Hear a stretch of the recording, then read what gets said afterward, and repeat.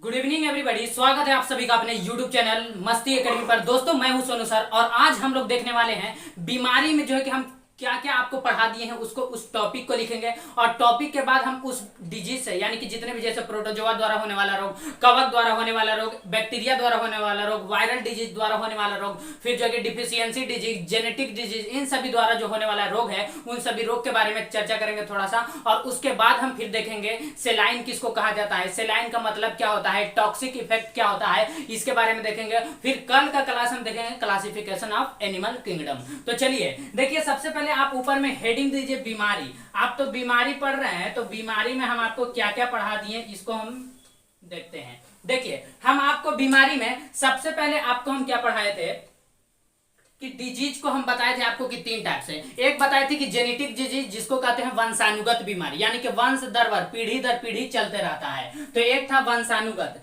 जिसको हम क्या कहते हैं, जेनेटिक डिजीज, वंशानुगत रोग। दूसरा हम आपको क्या पढ़ाएं, पहला आपने देखा वंशानुगत, फिर हम संक्रामक बताए, फिर असंक्रामक बताए। तो असंक्रामक वाले को ऐसे ही बता देंगे, असंक्रामक वाले में देखते हैं। संक्रामक में हम आपको सबसे पहले बताएं प्रोटोजोआ। क्या बताएं, प्रोटोजोआ। फिर देखिए प्रोटोजोआ के बाद तीसरा नंबर हम आपको बताएं कवक, जिसको क्या कहते हैं, फंगी भी कहते हैं। 4 नंबर फिर हम देखें कृमि, देखे कि नहीं देखे। उसके बाद 5 नंबर बताइए, कृमि के बाद आप बताइए कि 5 नंबर क्या देखे थे, बैक्टीरियल डिजीज, क्या है, जीवाणु रोग, जीवाणु। उसके बाद 6 नंबर हम देखें विषाणु जनित रोग। उसके बाद हम 7 नंबर देखेंगे डिफिशियंसी डिजीज। क्या है, डिफिशियंसी डिजीज, डिफिशियंसी डिजीज। आप बताइए हम आपको क्या क्या पढ़ा दिए उसको देखिए। आपको हम वंशानुगत बीमारी पढ़ा दिए, वंशानुगत पढ़ाए हैं कि नहीं पढ़ाए हैं, वंशानुगत टिक लगा देते हैं, वंशानुगत पढ़ा दिए, यानी कि जेनेटिक डिजीज। जेनेटिक डिजीज में हम आपको क्या बताए थे कि इसमें जैसे हीमोफीलिया, यह एक क्या है, जेनेटिक डिजीज है। जैसे क्या है कलर ब्लाइंडनेस, यह क्या है, जेनेटिक डिजीज है। इसमें जो है कि 2 कलर नहीं दिखता है, रेड और ग्रीन वाला, ये सब कलर का क्या होता है, अभाव होता है। हम आपको बताए थे कि जैसे एक फिगर होता है और उस फिगर में अगर किसी को 74 दिख रहा है तो उसको क्या है कि जेनेटिक डिजीज नहीं, यानी कि उसको कलर ब्लाइंडनेस नहीं है। और अगर 21 दिख रहा है तो उसको क्या है, कलर ब्लाइंडनेस है। क्या है, कलर ब्लाइंडनेस। अब हम देखते हैं कि सबसे पहले तो आप देख लिए वंशानुगत बीमारी यानी कि जेनेटिक डिजीज, ये आपका पढ़ा दिए हैं। उसके बाद बात आता है प्रोटोजोआ। देखिए प्रोटोजोआ भी हम पढ़ा दिए हैं, प्रोटोजोआ द्वारा होने वाला रोग हम बताए थे। क्या बताए थे कि पेकामसोप, क्या बताए थे, पेकामसोप, पेकामसोप, पेचिस, कालाजार, मलेरिया, सोने की बीमारी जिसको निद्राणु रोग कहते हैं। उसके बाद है पायरिया, क्या है, पायरिया। उसके बाद हम आपको पढ़ाए कवक, क्या है, कवक द्वारा होने वाला रोग जिसको हमने कहा था कि ए दाद खाज। ट्रिक क्या था, सबका आप ट्रिक बोलते चलिएगा, ए दाद खाज, ए दाद खाग, खाग बोलेंगे। देखिए ए से एथलीट फुट या इसी को एक्जिमा कहते हैं, और द से क्या हो जाएगा, दम्मा, और द से क्या हो जाएगा, द से दाद, और ख से क्या हो जाएगा, ख से होता है कि खाज, और ग से गंजापन, ख से खाज, ग से गंजापन। उसके बाद देखिए ये आपको पढ़ा दिए हैं, ये भी पढ़ा दिए। उसके बाद बताइए हम बताएं आपको कृमि, क्या पढ़ाएं, कृमि। कृमि हम 2 तरह का बताएं, एक बताए थे आपको फाइलेरिया, याद कीजिए फाइलेरिया, फाइलेरिया ये कौन से मच्छर द्वारा होता है, किस मादा मच्छर के काटने से क्या होता है कि फाइलेरिया होता है, मादा क्यूलेक्स मच्छर के काटने से फाइलेरिया, और मादा एनाफिलीज के काटने से मलेरिया, दोनों साथ में याद रखेंगे तभी याद रहेगा, और मादा एडिस के काटने से डेंगू। तो देखिए यहां पर आप देख लें कृमि, तो कृमि वाला जो होने वाला रोग है हम आपको बताए थे फाइलेरिया। फाइलेरिया जो है कि ये वुचेरिया नामक गोल कृमि के द्वारा फैलता है, किसके द्वारा, वुचेरिया नामक गोल कृमि को। इसको हाथी पांव रोग भी कहते हैं, क्या कहते हैं, हाथी पांव रोग। देखेंगे ना कि जिसको फाइलेरिया होगा ना पैरवा एकदम मोटा हो जाएगा, क्या हो जाता है, बहुत ज्यादा मोटा हो जाता है, देखने में आपको डर लगेगा, वही होता है, इसीलिए उसको हाथी पांव रोग कहा जाता है। अब बात आता है इसी में हम आपको कृमि में ही क्या बताए थे, डायरिया बताए थे, जिसको हम अतिसार रोग कहते हैं। क्या कहते हैं, देखिए आज पटना में बहुत ज्यादा गर्मी है इसीलिए हम आपको आज कम ही बताएंगे, ठीक है। तो यहां देखिए उसके बाद बात आता है जीवाणु, क्या है, जीवाणु। देखिए हम जीवाणु में आपको हम क्या बताए थे, आप याद कीजिए कि जीवाणु जनित रोग। उसके बाद हम बताए विषाणु जनित रोग, हम बताए थे इसमें आपको कि डीप सीटी का कुटनी है, डीप सीटी का कुटनी है, डीप सीटी का कुटनी है, कुटनी है। तो देखिए ये हम आपको पढ़ा दिए हैं। क्या पढ़ा है? डीप सिटी का कुटनी है, डी से डिप्थीरिया, प से प्लेग, सी से सिफिलिस, ट से टिटनस, क से काली खांसी, कु से कुष्ठ रोग, ट से टाइफाइड प्लस टीबी, नी से न्यूमोनिया, ह से हैजा। बताइए हम बताएं कि नहीं? अगर आपसे अगर कोई पूछ दे कि कॉलरा नामक जो बीमारी होता है कवक से होता है, जीवाणु से होता है, किससे होता है? प्रोटोजोआ से होता है। आप कहेंगे कि ये किससे होता है? तो ये प्रोटोजोआ से होता है। आपको कोई दे देगा कि सिफिलिस जो बीमारी है ये किससे होता है? आप कहेंगे कि जीवाणु, बैक्टीरियल डिजीज है। उसके बाद हम आपको पढ़ाएं, क्या पढ़ाएं? विषाणु जनित रोग। क्या पढ़ाएं? विषाणु जनित रोग। इसका ट्रिक क्या है? एडे पोइचे छोग, एडे पोइचे छोग, खटरा हिम हरे, खटरा हिम हरे। लगता है कि बंगला है। क्या है? सुनने में लगता है कि बंगला है, लेकिन क्या है कि एडे पोइचे छोग खटरा हिम हरे। ये भी आपको हम कल के क्लास में पढ़ाए थे। एडे पोइचे छोग खटरा हिम हरे, एड्स, डेंगू, पोलियो, इन्फ्लुएंजा, चेचक, छोटी माता, गलसुआ, खसरा, trachoma, hepatitis, meningitis, herpes, rabies, ये हम आपको बता दिए हैं। अब बात आता है कि deficiency disease. Sir deficiency disease नहीं पढ़ाए। देखिए डिफिशियंसी डिजीज का मतलब क्या होता है, इसका अर्थ सबसे पहले आप समझिए। डिफिशियंसी का मतलब होता है कि कोनो न कोनो कमी से होता है। क्या होता है कि अगर आपके बॉडी के अंदर किसी चीज का कमी होगा तो उससे जो रोग उत्पन्न होगा उसी को हम कहते हैं डिफिशियंसी डिजीज। तो यहां आप लिख लेंगे कि कमी से, किसी कमी से होने वाला रोग को क्या कहते हैं? डिफिशियंसी डिजीज कहते हैं। जैसे विटामिन ए की कमी से क्या होता है? रतौंधी होता है। तो रतौंधी जो है यह एक डिफिशियंसी डिजीज है। विटामिन बी से क्या होता है? बेरी होता है जो कि त्वचा जनित रोग है, यह भी डिफिशियंसी डिजीज है। सी से स्कर्वी, डी से रिकेट्स होता है, बच्चों में रिकेट्स होता है, लेकिन जब जवान अवस्था में या बूढ़ा अवस्था में होता है उसको ऑस्टियोमलेशिया नामक रोग होता है विटामिन डी की कमी से। विटामिन ई की कमी से कौन सा रोग होता है? विटामिन ई से होता है जनन क्षमता प्रभावित होता है, यानी कि मेल में क्या होता है और फीमेल में क्या होता है? फीमेल में बांझपन देखा जाता है और मेल में नपुंसकता देखा जाता है। डिफिशियंसी डिजीज में क्या होता है कि विटामिन के की कमी से क्या होता है? इसमें आपका ब्लड जो है ना, ब्लड क्या होता है कि या तो आप वो पतला ज्यादा हो जाएगा या तो ज्यादा गाढ़ा हो जाएगा। तो इससे क्या होता है कि ब्रेन हेमरेज का खतरा बढ़ जाता है। तो यह है डिफिशियंसी डिजीज, यानी कि डिफिशियंसी डिजीज किसी न किसी कमी से होता है। क्या होता है? किसी न किसी कमी से होता है, उसी को हम डिफिशियंसी डिजीज कहते हैं। तो देखिए ये हम आपको 7 टॉपिक पढ़ाए किसमें? बीमारी में। वंशानुगत बीमारी, प्रोटोजोआ द्वारा होने वाला रोग, कवक द्वारा, कृमि द्वारा, जीवाणु, विषाणु और डिफिशियंसी डिजीज। अब बताएंगे कुछ बात कर लेंगे, यानी कि असंक्रामक रोग में जो एक दूसरे से नहीं फैलता है, जैसे हार्ट अटैक। क्या है? हार्ट अटैक जो है कि एक दूसरे से नहीं फैलता है। अगर आप उसके बगल में बैठ करके खाना खाते हैं या उसका जूठा भी खाना खा लेंगे तो आपको उससे इफेक्ट पड़ने वाला नहीं है। तो हार्ट अटैक आता है। फिर होता है कैंसर होता है, कोरोना वायरस तो वायरल डिजीज है, हम आपको उसमें बता दिए हैं। तो आपको हार्ट अटैक पढ़ाएंगे, उसके बाद कैंसर के बारे में बताएंगे। क्या है? हार्ट अटैक, कैंसर, इन सभी। और जो है कि जैसे हम आपको क्या पढ़ाए थे, जब हम क्रोमोसोम पढ़ाए रहे थे, याद कीजिए, तब हम आपको बताए थे टर्नर सिंड्रोम के बारे में, क्लिनीफेल्टर सिंड्रोम के बारे में। ये सब सिंड्रोम जो है कि पटाऊ सिंड्रोम में हम क्या बताए थे कि जो ये क्या होता है कि जेनेटिक डिजीज है। आप लिखेंगे कि पटाऊ सिंड्रोम।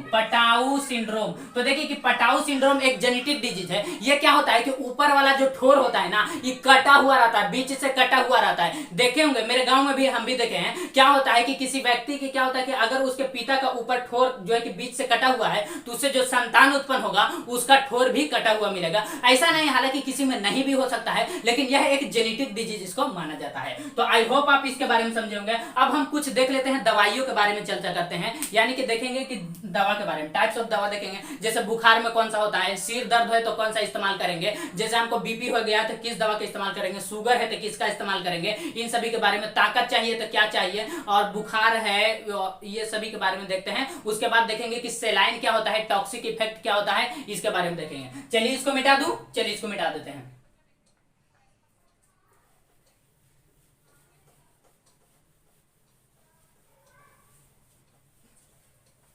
नोट डाउन कर लिए होंगे। चलिए अब हम बात करते हैं कुछ दवा के बारे में। पहले कैंसर के बारे में आपको बता देते हैं। देखिए कैंसर,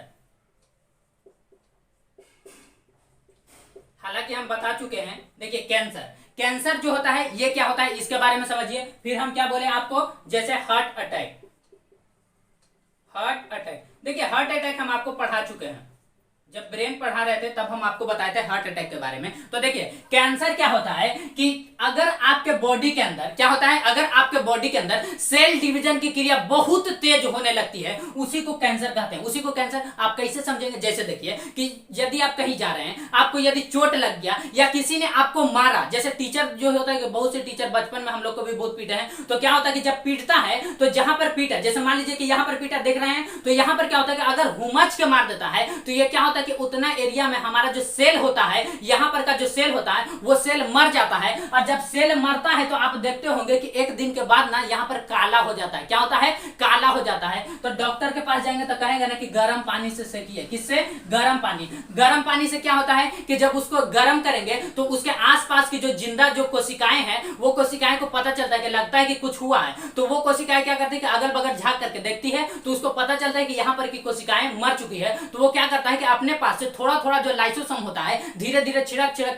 के, तो आप जैसे ही गर्म पानी से सेकेंगे तो धीरे धीरे आसपास की कोशिकाएं आकर के उस पर जो है कि उस पर क्या करती है, छिड़कती है, जिससे क्या होता है कि वो धीरे धीरे कोशिकाएं ठीक होने लगती है। अगर मान लीजिए कि आपको किसी ने पीटा, या मान लीजिए कि आपके कहीं भी किसी भी शरीर के अंदर कोई कोशिका मर गया, और मरने के बाद अगर मान लीजिए कि यहां पर से 10 कोशिका मरा था, किसी ने पीटा तो यहां पर हमारा 10 कोशिका मरा था, तो जब क्या होगा कि इसको हम गर्म पानी से सेकते हैं, तो सेकते सेकते जब ठीक होगा तो मान लीजिए कि 10 कोशिका बन जाता है तो ठीक है, अगर 8 कोशिका बनेगा तो फिर भी कमी है, अगर मान लीजिए कि 12 कोशिका का निर्माण हो जाएगा वो भी ठीक है, मान लीजिए 20 का निर्माण हो जाएगा वो भी ठीक है, 100 का निर्माण हो जाएगा वो भी ठीक है। लेकिन इस कंडीशन में कभी कभी रेयर ऑफ द रेयरेस्ट, यानी कि मैं ये नहीं कह रहा हूं रेयर ऑफ द रेयरेस्ट, बहुत ही कमी कंडीशन में तो क्या होता है कि 10 के जगह पर 100 ना बन करके क्या होता है कि हजारों लाखों करोड़ों में क्या होता है कि सेल डिवीजन होकर के और यहां पर कोशिकाओं का निर्माण होने लगता है। आप बताइए कि जब बहुत ज्यादा हो जाएगा तो उसी को कैंसर कहा जाता है। जैसे एक रूम है, क्या है, एक रूम है, इसमें कैपेसिटी है,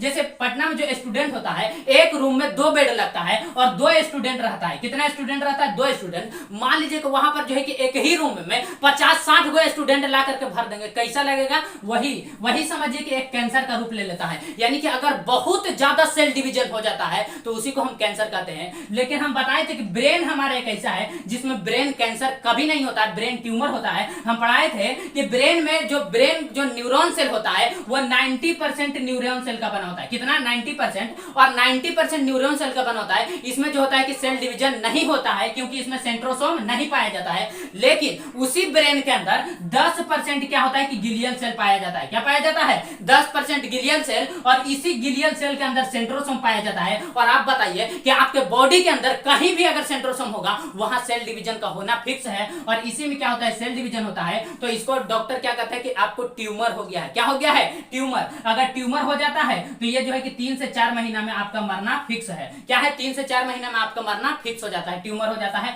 ये कैंसर होने ही नहीं देता है। आप कहेंगे कि सर ब्रेन ट्यूमर अगर ज्यादा दिन तक रहे, ब्रेन ट्यूमर में ही लोगों को मार देता है। क्या होता है, ब्रेन ट्यूमर में ही लोगों को मार देता है। तो ये इसी को हम कहते हैं कैंसर। इसी को क्या कहते हैं, कैंसर कहते हैं। देखिए कैंसर का इलाज के लिए क्या होता है, कीमियोथेरेपी। क्या होता है, कीमियोथेरेपी किया जाता है, कीमियोथेरेपी। देखिए ये कीमियोथेरेपी ये याद रखना है। दूसरा क्या होता है कि गामा रे। क्या होता है कि गामा रे या इसी को आप कहिए कोबाल्ट 60। क्या है, कोबाल्ट 60 की मदद से क्या करता है डॉक्टर। देखिए सबसे ज्यादा रे में जो वेधन क्षमता, यानी कि वेधने की क्षमता अंदर तक सबसे ज्यादा कौन सा रे जा सकता है, अल्फा रे, बीटा रे, गामा रे। तो सबसे ज्यादा वेधन क्षमता जो है ना ये गामा रे का है। और गामा रे हमारे बॉडी के किसी भी अंग, देखिए गामा रे से जब क्या होता है कि डॉक्टर क्या करता है कि सेल डिवीजन को जो कोशिका बहुत ज्यादा सेल डिवीजन होगा उसको मारता है। ये हमारे बॉडी के अंदर एकदम घुस जाता है अंदर, और अंदर जाकर के कोशिकाओं को मार देता है जो कैंसर का रूप लिए हुए रहता है। उसको क्या करता है, खत्म करता है। बहुत ज्यादा आप कर देंगे तो इससे क्या होता है कि हमारे शरीर पर इफेक्ट भी करता है। तो आपको याद रखना है कि गामा रे नहीं तो कोबाल्ट 60, और इसको क्या कहते हैं, कीमियोथेरेपी। आपको याद रखना है कि कैंसर का जो अध्ययन होता है ना उसको अंकोलॉजी कहते हैं। क्या कहते हैं, तो कैंसर का अध्ययन क्या कहलाता है, अंकोलॉजी। अंकोलॉजी, ये बात आपको याद रखना है। कैंसर का अध्ययन क्या कहलाता है, अंकोलॉजी कहलाता है। अब बात आता है हार्ट अटैक। हार्ट अटैक क्या होता है कि हार्ट अटैक अगर किसी व्यक्ति को एक बार आया तो बचने की चांस है, 2 बार आया तो भी बचने का चांस है, लेकिन याद रहे कि अगर 3 बार आ गया है ना, 3 बार, अगर तीसरा बार हार्ट अटैक आता है तो उस व्यक्ति को बचने का चांस खत्म हो जाता है। देखिए हार्ट अटैक के बारे में अभी आपको नहीं समझ में आ रहा है, इसका जो है कि वीडियो हम आपको वीडियो के डिस्क्रिप्शन में जो नहीं तो आपको हम आई बटन पर दे देते हैं, आप आई बटन पर जाकर क्लिक करके आप देख सकते हैं कि हार्ट अटैक क्यों होता है, कैंसर क्यों होता है, इन सभी के बारे में आप अच्छे तरीके से देख सकते हैं, एक वीडियो में बताया गया है। अब हम आगे बढ़ते हैं और आगे हम चर्चा करने वाले हैं किसके बारे में, जैसे देखेंगे कि सेलाइन क्या होता है, टॉक्सिक इफेक्ट क्या होता है, और दवाओं के प्रकार देखते हैं। क्या देखते हैं? टाइप्स ऑफ ड्रग्स देखते हैं। देखिए इसको मिटा दूं, चलिए इसको मिटा देते हैं। अब हम लोग देखने वाले हैं टाइप्स ऑफ ड्रग्स। क्या है? Types of drugs. जैसे एक होता है एंटीसेप्टिक, एंटीपायरेटिक, एंटीबायोटिक, एंटीफर्टिलिटी, क्या होता है एनाल्जेसिक, इन सभी दवाओं के बारे में समझिए। देखिए आप दवा खाते हैं, दवा लगाते हैं, दवा आपको चढ़ता है, लेकिन आपको यह पता नहीं होता है कि यह कौन सा, इसको क्या कहा जाता है, क्या कहा जाता है। जैसे देखिए हम आपको बताते हैं टाइप्स ऑफ ड्रग्स, लिखेंगे कि टाइप्स ऑफ देखिए हालांकि ये आपसे सवाल नहीं पूछेगा, लेकिन जब हम आपको डिजीज पढ़ा रहे हैं, बीमारी, इसीलिए आपको बता दे रहे हैं। तो देखिए कि टाइप्स ऑफ ड्रग्स में सबसे पहले आप लिखेंगे एंटीबायोटिक। क्या होता है? Antibiotic, antibiotic. दूसरा आप लिखेंगे एंटीसेप्टिक, एंटीसेप्टिक। तीसरा आप लिखेंगे एंटीपायरेटिक, एंटीपायरेटिक। 4 नंबर आप क्या लिखेंगे? देखिए तीसरा क्या है? एंटीपायरेटिक है। और 4 नंबर लिखेंगे एनाल्जेसिक। क्या है? एनाल्जेसिक। 5 नंबर आप लिखेंगे एंटीफर्टिलिटी, एंटीफर्टिलिटी। ध्यान से देखेंगे, देखिए ये सब दवाओं का टाइप्स है, ये सब क्या है? दवाओं का प्रकार है। एंटीबायोटिक किसको कहा जाता है, एंटीसेप्टिक किसको कहा जाता है, एंटीपायरेटिक किसको कहा जाता है, एनाल्जेसिक किसको कहा जाता है, एंटीफर्टिलिटी किसको कहा जाता है, इसके बारे में समझते हैं। सबसे पहले देखिए हमारा नंबर 1 में है एंटीबायोटिक। देखिए एंटीबायोटिक यह एक ऐसा दवा है, इसका इस्तेमाल जो किया जाता है, इसका इस्तेमाल देखिए एंटीबायोटिक जो होता है ये हमारे बॉडी के अंदर इसका इस्तेमाल किया जाता है, ना कि बॉडी के बाहर, आंतरिक भाग में, यानी हमारे शरीर के आंतरिक भाग में किस दवा का इस्तेमाल किया जाता है? एंटीबायोटिक। यानी आप जितने भी दवा खाते हैं वे सब के सब दवा कौन सा होता है? एंटीबायोटिक होता है। जैसे आप पैरासीटामोल ले लीजिए, पैरासीटामोल क्या है? एंटीबायोटिक है। गिलगिल ले लीजिए, क्या है? एंटीबायोटिक है। यानी आप जितने भी खाने वाला दवा लेंगे वे सब के सब क्या है? एंटीबायोटिक। तो यहां पर हम लिख देते हैं खाने वाला दवा, खाने वाला दवा। तो जितने भी आपका खाने वाला दवा होगा वो सब के सब क्या होगा? एंटीबायोटिक होगा। लेकिन आप याद कीजिए कि जो क्रीम होता है ना, जो डॉक्टर आपको देता है, और उस क्रीम पर जो है कि लिखा हुआ भी रहता है कि for external use only, for external use only. किस पर लिखा रहेगा? एंटीसेप्टिक पर। क्या होता है? तो एंटीसेप्टिक जो होता है ये फॉर एक्सटर्नल यूज। क्या है? For external use only.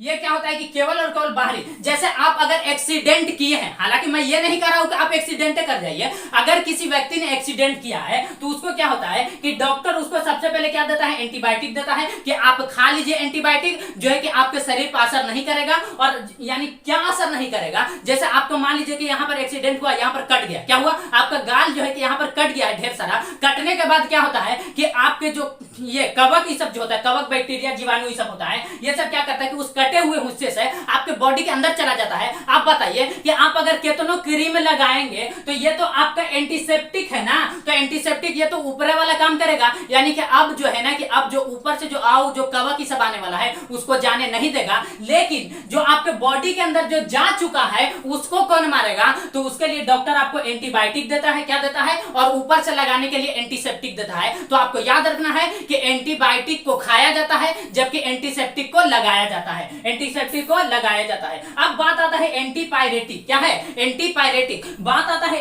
Analgesic, बात आता है एंटीफर्टिलिटी। देखिए एनाल्जेसिक क्या होता है? एनाल्जेसिक जो होता है ये दर्द में काम आता है, ये दर्द निवारक किसको कहते हैं? क्या कहते हैं? दर्द निवारक। तो आपको लिखना है कि एनाल्जेसिक, दर्द में। अगर आपको दर्द है तो डॉक्टर जो दर्द की जो दवा देता है, जैसे पेट दर्द, सर दर्द, हाथ दर्द, पैर दर्द, बदन दर्द, जितना भी आपका दर्द है ना, सारे दर्द में जो दवा दिया जाता है वो आपका एनाल्जेसिक होता है। कौन सा दवा होता है? एनाल्जेसिक होता है। खाया जाता है एंटीबायोटिक, दर्द में एनाल्जेसिक। क्या है कि एंटीसेप्टिक जो होता है ये क्रीम होता है और ये लगाया जाता है। क्या होता है? ये बाहर से लगाया जाता है। अब बात आता है एंटीपायरेटिक। क्या है? एंटीपायरेटिक, इसका काम क्या है? अब बात आता है एंटीफर्टिलिटी, इसका काम क्या है? इसका काम क्या है? एक एक करके समझते हैं। तो सबसे पहले आप एंटीबायोटिक को बोलिए, उसके बाद बोलिए एंटी एनाल्जेसिक, एंटीसेप्टिक। अगर आप एक्सीडेंट किए हैं तो आपको डॉक्टर 3 तरह का दवा देगा। कितने तरह का दवा देगा? 3 तरह का। एक आपको एंटीबायोटिक देगा जो आपके बॉडी के अंदर जो है कि जो चला गया है कृमि, जैसा मान लीजिए कि जीवाणु, कवक, बैक्टीरिया, ये सब जो आपके बॉडी के अंदर गया है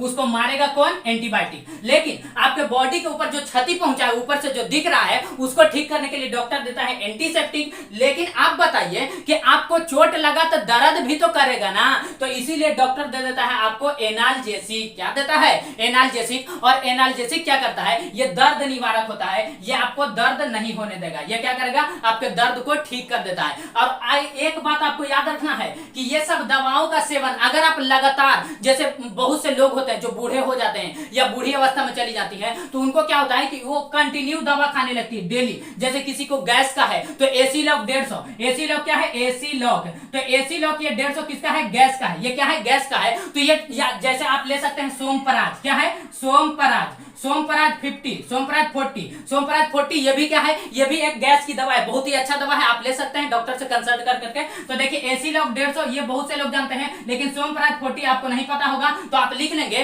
कि सोमपराज 40 जो है कि ये भी गैस की दवा है, और सोमपराज 40 का भी इस्तेमाल कर सकते हैं। बहुत अच्छा गैस का दवा है, सुबह खाली पेट खाया जाता है। तो देखिए आपको याद रखना है कि एनाल्जेसिक क्या है? एनाल्जेसिक। अगर इन दवाओं का सेवन अगर आप कंटिन्यू करने लगेंगे ना, तो यही क्या होता है? यही क्या होता है कि आपको बहुत ही ज्यादा दिक्कत होने वाला है। अगर आप ज्यादा इस्तेमाल करने लगते हैं, उसी को कहा जाता है टॉक्सिक इफेक्ट। यानी कि यही क्या करता है कि जहर का रूप ले लेता है, आपको क्या कर देगा? जहरीला बना देगा। अगर आप आज खाएं, कल नहीं खाएंगे तो आपको दिक्कत होगा, परसों नहीं खाएंगे दिक्कत होगा, लेकिन आपको ये क्या कर देता है? जहरीला कर देता है। ये अगर आप दवाओं का सेवन कंटिन्यू करने लगेंगे ना, तो वो आपको क्या कर देगा? जहरीला। और उसी को कहा जाता है टॉक्सिक इफेक्ट। क्या कहा जाता है? Toxic effect.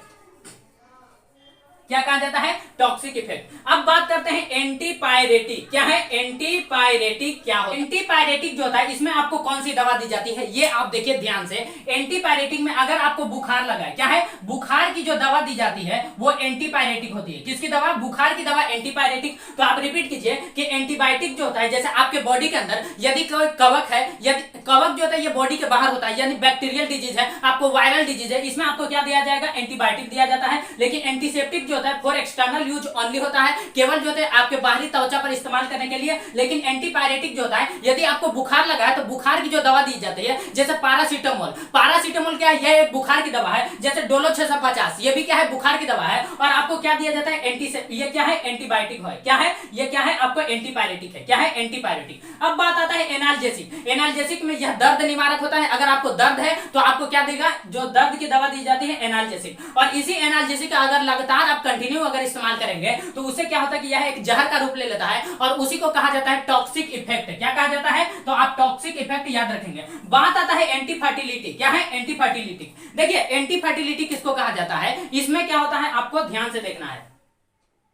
तो यह है आपका टाइप्स ऑफ ड्रग्स, यानी कि कितने टाइप्स का आपको ड्रग्स दिया जाता है, कितने टाइप्स का आपको ड्रग्स दिया जाता है, आप कितने तरह का इस्तेमाल करते हैं। डॉक्टर आपको एंटीबायोटिक देता है, एंटीसेप्टिक देता है। हम बताएं आपको कि यदि कोई व्यक्ति एक्सीडेंट किया है तो उसके बॉडी के अंदर यदि कहीं पे कट गया है, तो कटने से क्या होता है कि उसके बॉडी के अंदर क्या चल गया है, यानी कि बैक्टीरिया चल गया है। तो बैक्टीरिया जाने से उसको मारने के लिए डॉक्टर एंटीबायोटिक देता है। लेकिन जो कटा हुआ भाग आपके शरीर के ऊपर दिख रहा है उसको ठीक करने के लिए डॉक्टर एंटीसेप्टिक देता है। लेकिन आप बताइए कि कटा है तो दर्द भी तो करेगा, तो जब दर्द करता है तो उसके लिए डॉक्टर आपको एनाल्जेसिक दे देता है। क्या देता है? एनाल्जेसिक दे देता है। लेकिन उसके बाद आता है एंटीपायरेटिक। एंटीपायरेटिक यह एक बुखार की दवा है, जैसे पैरासीटामोल, डोलो 650, ये सब क्या है? एंटीपायरेटिक है। ये अगर आपको बुखार है तो डॉक्टर आपको दे देता है। उसके बाद एनाल्जेसिक आप देख लीजिए, ये दर्द निवारक है। ये क्या है? दर्द निवारक। क्या है? दर्द निवारक।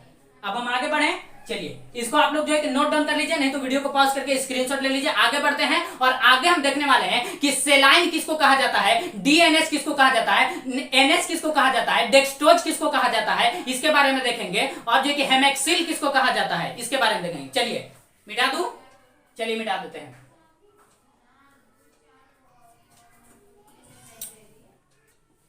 हाँ, मिटाने से पहले जो है कि आप इसको देख लीजिए, एंटी फर्टिलिटी। क्या है? Anti fertility. ये जो होता है ना, ये बेहोश करने की दवा है। ये क्या होता है? बेहोश करने के लिए। जैसे देखिए कि डॉक्टर जब ऑपरेशन करता था पहले, तो पहले क्या करता था? डॉक्टर बेहोश करने की दवा देता था। तो ये आपको याद रखना है कि जो बेहोश करने वाला जो दवा होता है उसको कहते हैं एंटी फर्टिलिटी। Anti fertility. जैसे पहले जो क्लोरोफॉर्म दिया जाता था, क्या दिया जाता था? क्लोरोफॉर्म से महिलाओं को बेहोश करके जो है कि ऑपरेशन किया जाता था। जैसे अभी ईथर भी था, क्लोरोफॉर्म के बाद क्या आया? ईथर आया, उसके बाद एनेस्थेसिया आया। और अभी के समय में क्या होता है कि ये इसका इस्तेमाल नहीं करते हैं, स्पाइनल कॉर्ड में डायरेक्ट इंजेक्शन दे दिया जाता है और उससे क्या किया जाता है? ऑपरेशन किया जाता है। तो आपको याद रखना है कि एंटीबायोटिक खाने वाला होता है, एंटीसेप्टिक ऊपर से लगाने वाला होता है, एंटीपायरेटिक ये भी खाने वाला होता है, बुखार में काम आता है, लेकिन एनाल्जेसिक ये दर्द निवारक होता है, और एंटी फर्टिलिटी ये बेहोश करने की दवा होती है। तो इसको मिटा देते हैं। अब देखेंगे आगे। अब हम लोग क्या देखेंगे? सेलाइन। सेलाइन टॉक्सिक इफेक्ट तो आपको बता दिए कि अगर मान लीजिए कि कोई व्यक्ति किसी दवा का क्या हो जाता है? आदी हो जाता है। जैसे नशा क्या है? नशा के जैसा ही अगर इस्तेमाल करने लगता है दवा को, जैसे क्या है कि खैनी, बीड़ी, सिगरेट, ये सब क्या है? नशा है। अगर कोई करता है, उसको कल नहीं मिलेगा तो वो छटपटाएगा, यानी कि चाहिए ही चाहिए। उसको क्या होता है कि जहर बना देता है। तो आपको याद रखना है कि लिखेंगे आप, हेडिंग देकर के लिखेंगे टॉक्सिक इफेक्ट। क्या है? Toxic effect. देखिए टॉक्सिक इफेक्ट क्या होता है कि अगर आप किसी दवा का इस्तेमाल कंटिन्यू कर रहे हैं, एकदम कंटिन्यू, जैसे नदी में पानी कैसे बढ़ता है? कंटिन्यू बहता है। क्या छोड़ छोड़ के बहता है? नहीं ना। तो कंटिन्यू फ्लो करेगा तो उसी को क्या कहता है कि यह जहर का रूप ले लेता है, और इसी को हम कहते हैं टॉक्सिक इफेक्ट। यानी कि दवाओं का एकदम आदी हो जाएंगे आप। आपको कल चाहिए, परसों चाहिए, कंटिन्यू चाहिए ही चाहिए। तो बहुत से लोग क्या करते हैं कि टॉक्सिक इफेक्ट हो जाते हैं। अब बात आता है क्या सेलाइन किसको कहा जाता है? देखिए सेलाइन, सेलाइन जो होता है ना, यह एक पानी बोतल होता है। सेलाइन क्या होता है? यह एक पानी बोतल होता है। इसको पानी बोतल कहिए, समझिए। देखिए गांव देहात में क्या होता है कि जब लोग बीमार पड़ते हैं तो अगर मान लीजिए कि उसके बॉडी के अंदर क्या होता है कि डिहाइड्रेशन हो जाता है, यानी निर्जलीकरण, उसके बॉडी से क्या होता है कि सारा पानी निकल जाता है, बहुत कम बनता है। तो डॉक्टर क्या कहता है कि उसको पानी चढ़ा देता है। डॉक्टर कहता है कि पानी चढ़ेगा, तो उसके जो रिश्तेदार होते हैं बहुत सब क्या समझते हैं कि लगता है कि पानी चढ़ रहा है, काफी ज्यादा सीरियस इमेज। देखिए ऐसा नहीं समझना है कि अगर पानी चढ़ रहा है यानी कि उसको निर्जलीकरण, उसके बॉडी के अंदर पानी की कमी हो गई, आप अगर उसको पिलाएंगे तो उतना पानी नहीं पिएगा। इसीलिए डॉक्टर क्या कहता है कि उसको सेलाइन चढ़ा देता है। क्या कर देता है? सेलाइन। तो आपको याद रखना है कि उसी पानी बोतल को क्या कहा जाता है? सेलाइन कहा जाता है। क्या कहा जाता है? सेलाइन। ये कई टाइप का होता है। एक होता है एनएस होता है, नॉर्मल सेलाइन। दूसरा होता है डीएनएस होता है, यानी कि क्या होता है? Dextrose normal saline. फिर आपको क्या कहा जाता है कि D5, D10, क्या है? D10, D25, क्या है? ये सब क्या है? सेलाइन है। ये सब क्या है? सेलाइन है। पानी बोतल है, ये सब क्या है? सेलाइन है। तो आपको याद रखना है एनएस क्या है? Normal saline. एनएस क्या है? Normal saline. अगर बताइए, देखिए हाँ, ये आपको याद रखना है कि नॉर्मल सेलाइन किसको चढ़ाएंगे, डीएनएस किसको चढ़ाएंगे। मान लीजिए कि किसी व्यक्ति को डॉक्टर बना दिए, तो अगर कहेंगे कि पानी चढ़ाना है, उसको हम बता देंगे कि कैसे कैसे पानी चढ़ाना है, लेकिन उनको ये नहीं बताए हैं कि नॉर्मल सेलाइन किसको चढ़ाना है, डेक्सट्रोज नॉर्मल सेलाइन किसको चढ़ाना है, D5, D10 किसको देना है, D25 किसको देना है, ये सब नहीं पता है। जैसे मेट्रेटोन होता है, हेमेक्सिल है। क्या है? हेमेक्सिल। तो हेमेक्सिल जो है कि ये सेलाइन किसको देना है, हेमेक्सिल जो है ये सेलाइन किसको देना है, इसके बारे में समझिए। तो देखिए ये जो नॉर्मल सेलाइन होता है ना, ये डिस्टिल्ड वाटर, क्या होता है? डिस्टिल्ड वाटर, और प्लस डिस्टिल्ड वाटर में अगर आप क्या नमक मिला देते हैं, वो आपका नॉर्मल सेलाइन आप बना सकते हैं। क्या किया जाता है? जैसे मान लीजिए कि यह एक क्या है, यह एक कोई क्या है, यह एक कोई वॉल्यूम है। मान लीजिए कि यह कोई क्या है, एक आयतन है किसी बर्तन का। तो इसमें क्या करते हैं कि हम पानी ले लेते हैं। इसमें क्या ले लेते हैं? पानी। तो आपको देखना है, इसमें हम पानी ले लिए और नीचे से क्या दे देते हैं? हीट। नीचे से क्या करेंगे? गर्म करेंगे। अब बताइए कि इस पानी को यदि हम गर्म करेंगे तो इसको हम डिस्टिल्ड करेंगे। क्या करेंगे? Distilled water. इसको हिंदी में कहते हैं आसूत जल। क्या कहते हैं? तो डिस्टिल्ड करेंगे। यहां से क्या होगा कि भाप बनेगा और वेपर बन करके आगे जाएगा, और आगे हम क्या लगा देते हैं? कंडेंसर लगा देते हैं। जिस टाइप से आप कह सकते हैं कि पंखा में जो कैपेसिटर होता है, क्या होता है? कैपेसिटर। कैपेसिटर जो होता है ये पंखा को चलाता नहीं है, कैपेसिटर को सिर्फ थोड़ा सा आग चाहिए। क्या चाहिए? चाहिए, आग चाहिए। जिस प्रकार से बाइक में क्या होता है कि थोड़ा सा आग देने के लिए स्पार्क प्लग जो होता है, स्पार्क प्लग, उसको थोड़ा सा क्या चाहिए, फ्यूल चाहिए, जिससे वो आग लगा लेता है। तो उसी तरीके से यहाँ आप देखिए कि ये जो क्या होता है कंडेंसर, ये क्या करता है कि जैसे आप देखिए कि गर्मी के दिनों में, अभी बहुत ज्यादा गर्मी है, आप रोड पर निकलेंगे तो सत्तू बेचने वाला क्या होता है कि एक थैला रखता है और उसमें क्या रहता है, पानी, और उसके बाहर से रेड कलर का कपड़ा या तो सूती बोरा से लपेट देता है और उसको भिंगा करके रखता है। क्यों? वो काम करता है, कंडेंसर का काम करता है। और यहाँ पर देखिए कि ये वेपर बन करके जब जाएगा और इससे क्या होता है, और यहाँ पर हम क्या करते हैं, एक कटोरा बना देते हैं, क्या है, और इस कटोरा में हम क्या करते हैं कि इस वेपर को इस्तेमाल करते हैं। तो यहाँ से जो फिर वेपर आएगा ना, एकदम ठंडा कर देता है, उसको क्या कर देता है, ठंडा कर देता है। तो इसी को कहते हैं आसूत जल, हिंदी में कहते हैं, और अंग्रेजी में कहते हैं डिस्टिल्ड वाटर। क्या कहते हैं, डिस्टिल्ड वाटर। आप बताइए कि डिस्टिल्ड वाटर तो हम बना लिए, और डिस्टिल्ड वाटर में यानी आप डिस्टिल्ड वाटर का मतलब समझिए एकदम ओरिजिनल पानी, क्या है, ओरिजिनल, इसमें कोई चीज दम मिला हुआ नहीं है, एकदम शुद्ध है। तो शुद्ध जल में हम क्या करते हैं, अगर हम नमक मिला देते हैं, क्या मिला देते हैं, नमक, वही हमारा नॉर्मल सलाइन बन जाता है। क्या बन जाता है, नॉर्मल सलाइन। हालांकि आप जाकर के डॉक्टर के यहाँ जो है कि नॉर्मल सलाइन लेंगे तो महंगा देगा, लेकिन जहां पे क्या होता है कि आप जाकर के यहाँ पटना में जाकर के लेंगे तो आपको जो है कि सस्ता मिलेगा नॉर्मल सलाइन, 10 से 15-20 रुपए में मिल जाएगा आपको नॉर्मल सलाइन। ये पानी बोतल होता है। उसके बाद आता है कि डीएनएस, इसको कहते हैं डेक्सटोज नॉर्मल सलाइन। क्या है, डीएनएस, डेक्सटोज नॉर्मल सलाइन। यही होता है कि D5 होता है, डेक्सटोज नॉर्मल सलाइन 5 होता है। अब आपको ये पता करना है कि अगर महिला कोई प्रेग्नेंट है तो उसको कौन सा जो है कि पानी चढ़ाया जाएगा, अगर कोई एक्सीडेंट किया है उसको कौन सा पानी चढ़ाएगा, उसको बुखार है तो कौन सा पानी चढ़ाएगा, लहर लग गया है तो उसको कौन सा पानी चढ़ाएगा, यानी लू मार दिया है तो उसको कौन सा पानी चढ़ाएगा, अगर मान लीजिए किसी को ब्लड प्रेशर ज्यादा है उसको कौन सा पानी चढ़ाया जाएगा, अगर मान लीजिए किसी को क्या है शुगर पेशेंट है उसको कौन सा। मालूम चला कि आपको दे दिया जाएगा पानी चढ़ाने के लिए, और शुगर पेशेंट है और आप चढ़ा देंगे डीएनएस। क्या है, डीएनएस, डेक्सटोज नॉर्मल सलाइन। आप बताइए कि डेक्सटोज जब लिख रहे हैं, डेक्सटोज, देखिए हम आपको पढ़ाए हैं जब हम माल्टोज, ग्लूकोज, इन सब के बारे में बताए थे कि ग्लूकोज जितने भी होंगे वे सब के सब में ओज लगा हुआ होगा तो वो क्या होगा, ग्लूकोज। जैसे माल्टोज, ये भी क्या है, ग्लूकोज है, माल्टोज है, राइबोज है, ये सब क्या है, तो जिसमें ओज लगा होता है वो क्या होता है, ग्लूकोज। और इसमें ये क्या होता है कि मीठा होता है। क्या होता है, मीठा होता है। तो देखिए कि डेक्सटोज ओज लगा हुआ है कि नहीं है, तो डेक्सटोज में ओज लगा हुआ तो ये मीठा है। आप बताइए कि मीठा वाला अगर आप ब्लड यानी कि जिसको शुगर है उसको चढ़ा देंगे डीएनएस यानी कि डेक्सटोज नॉर्मल सलाइन, उसको तो और तबियत खराब हो जाएगा। तो इसीलिए क्या किया जाता है कि जिसको शुगर होता है तो शुगर पेशेंट को क्या चढ़ाया जाता है, नॉर्मल सलाइन। तो आप लिख लेंगे कि शुगर पेशेंट को क्या चढ़ाया जाता है, नॉर्मल सलाइन। अगर किसी बच्चे को खांसी है और वो डॉक्टर के यहाँ गया, बहुत ज्यादा खांसी है, उसको पानी चढ़ाने की जरूरत है, यानी उसके बॉडी के अंदर डिहाइड्रेशन, निर्जलीकरण हो गया है, तो उसको कौन सा पानी चढ़ाएंगे, नॉर्मल सलाइन चढ़ाया जाता है। नॉर्मल सलाइन जो है ना कि ये सामान्य अवस्था में सभी को चढ़ा सकते हैं, अगर ये सभी को चढ़ा सकते हैं। अब बात आता है D5।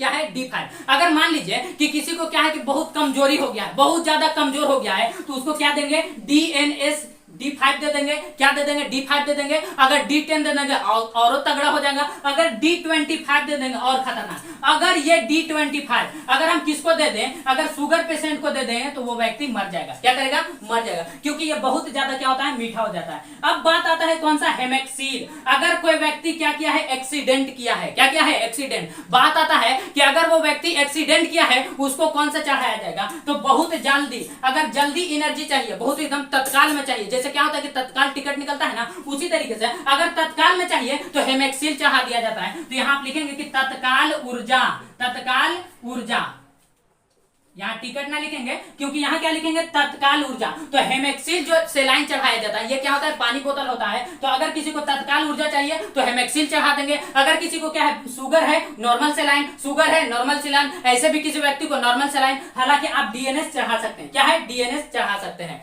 अब देखिए एक होता है मेट्रेटॉन। क्या होता है, मेट्रेटॉन। सेमेक्सेन और मेट्रेटॉन होता है, मेट्रेटॉन।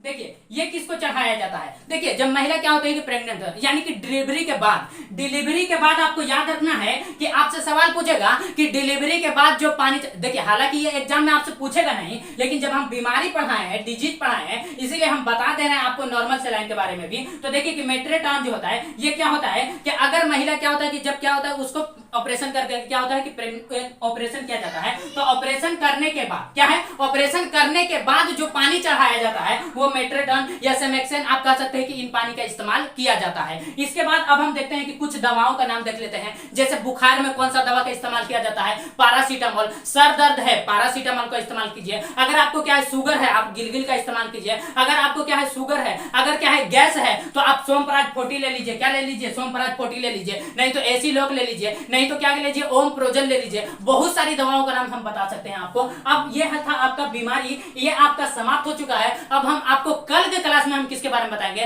Classification of animal kingdom. किसके बारे में बताएंगे, क्लासिफिकेशन ऑफ एनिमल किंगडम के बारे में चर्चा करेंगे। आज हम बताए थे आपको कि आज बहुत ज्यादा पटना में गर्मी है, इसीलिए आज आपको कम ही पढ़ाएंगे। बाकी इसमें जो बचा हुआ है कल ही के क्लास में बता देंगे, और कल ही हम इस्तेमाल क्या स्टार्ट करेंगे, क्लासिफिकेशन ऑफ एनिमल किंगडम और क्लासिफिकेशन ऑफ जैसे एनिलिडा ग्रुप, आर्थ्रोपोडा ग्रुप, इन सभी के बारे में बताएंगे। और इसके बाद जो है कि आपका जूलॉजी समाप्त हो जाएगा, और इसके बाद आपका जो टॉपिक स्टार्ट होने वाला है, बोटनी स्टार्ट होगा। कौन सा स्टार्ट होगा, और उसमें हम रूट से लेकर के शूट तक यानी जड़ से लेकर के ऊपर फुनगी तक पढ़ेंगे। मिलेंगे नेक्स्ट क्लास में, तब तक के लिए जय हिंद।